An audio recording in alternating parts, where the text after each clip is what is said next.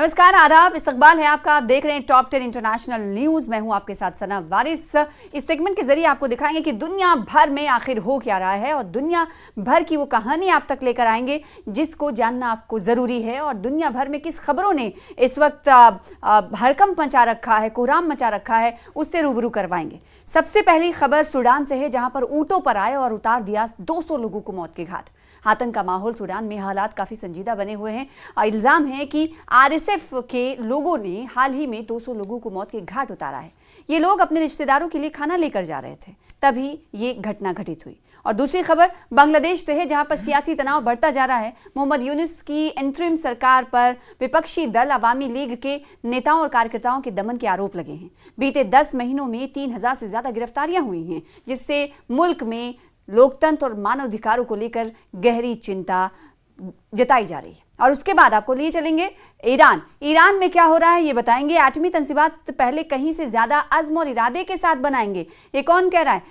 सदर मुमलिकत पेज़ेश्कियान की तरफ से कहा जा रहा है कि इस्लामी जमहूरिया ईरान के सदर डॉक्टर मसूद पेज़ेश्कियान ने कहा है कि हम एटमी तंसीबात पहले से कहीं ज्यादा अज़्म और इरादे के साथ बनाएंगे। सदर मुमलिकत ने ये बात मुल्क की एटमी सनत के आला ओहदेदारों से मुलाकात के दौरान कही। सदर मुमलिकत डॉक्टर मसूद पेज़ेश्कियान ने मुल्क के एटमी तवानाई के इदारे के हेडक्वार्टर का मुआयना किया और उस दौरान उन्होंने ये बात कही। आपको याद होगा कि एटमी ताकत के हवाले से ईरान को लगातार जो मगरबी ममालिक हैं उनकी तरफ से निशाना बनाया जाता रहा है। तो कहीं ना कहीं मगरबी ममालिक को आईना दिखाने जैसा ये बयान माना जा सकता है। अब रुख करेंगे मैक्सिको का। मैक्सिको के एक सुपरमार्केट में धमाका हुआ और 23 अफराद हलाक हो गए।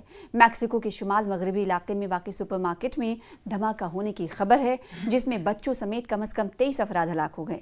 ये वाक़या मैक्सिको की रियासत सोनोरा के शहर अरमोसियो में रोनमा हुआ और तफ्तीशकारों का कहना है कि ये धमाका एक हादसा मालूम होता है जो गालिबन ख़राब ट्रांसफार्मर की वजह से पेश आया। मकामी मीडिया रिपोर्ट्स के मुताबिक धमाके के बाद कई जो ग्राहक स्टोर के अंदर पनाह लेने की कोशिश करते हुए आग में फंस गए थे। ये धमाका मकामी वक्त के मुताबिक गुज़िश्ता रोज़ दोपहर के वक्त 2 बजे हुआ।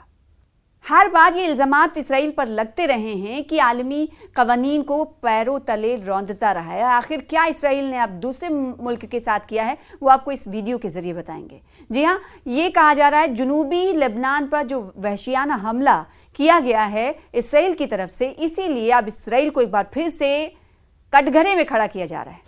क्या हुआ था आपको बताएंगे। जुनूबी लेबनान में एक कार पर सिहूनी हुकूमत की फौज के फिजाई हमले हुए और इस हमले में 4 लेबनानी शहरी शहीद हो गए और जिसके बाद एक बार फिर से इसराइल पर निशाना साधा जा रहा है और कटघरे में खड़ा किया जा रहा है। और अब आगे बढ़ेंगे दूसरी खबर की तरफ।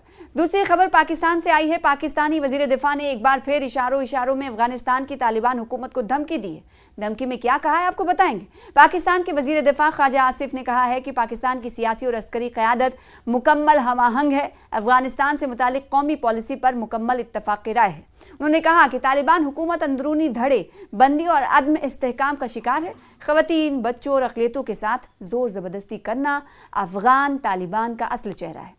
तो ये थी मुकम्मल रिपोर्ट आपने देखी और उसके बाद रुख करेंगे सूडान का। सूडान में बागी फौजियों की इब्तदाई कार्रवाइयों में 300 ख़वातीन का कत्लेआम कर दिया गया। सूडान की वजीर मुशीर बराए समाजी उमूर सलेमी इसहाक ने बताया कि इमारत और इसराइल से वाबस्ता नाम निहाद रैपिड रिस्पॉन्स फोर्स ने फाशर शहर पर कब्जे करने के पहले 2 दिन में ही 300 ख़वातीन का कत्लेआम किया है।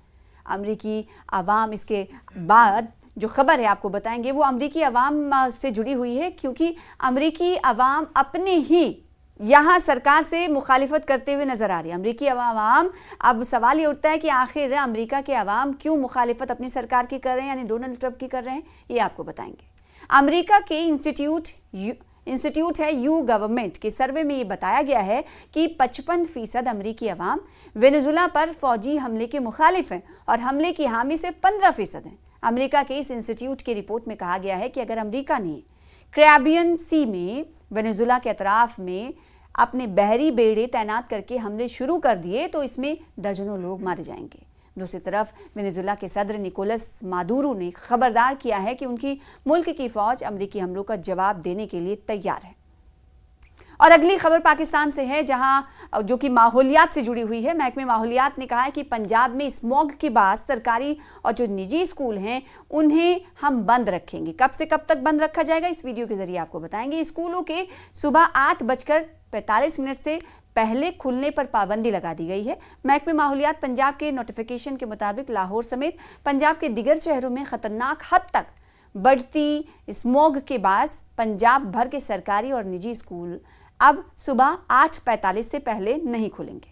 और अब एक और अहम खबर से आपको रूबरू कराएंगे कि कहा जा रहा है कि ट्रंप की जो क़यादत है, अमेरिका की साख खतरे में है। ट्रंप की क़यादत से किसने कहा है ये आपको बताएंगे। जी हाँ, साबिक अमेरिकी सदर बराक ओबामा को इतना यकीन नहीं है कि मौजूदा अमेरिकी सदर डोनाल्ड ट्रंप की सदारत में इस मुल्क की क़ुव्वत और इक़्तिदार और वक़ार बाकी रह सकेगा।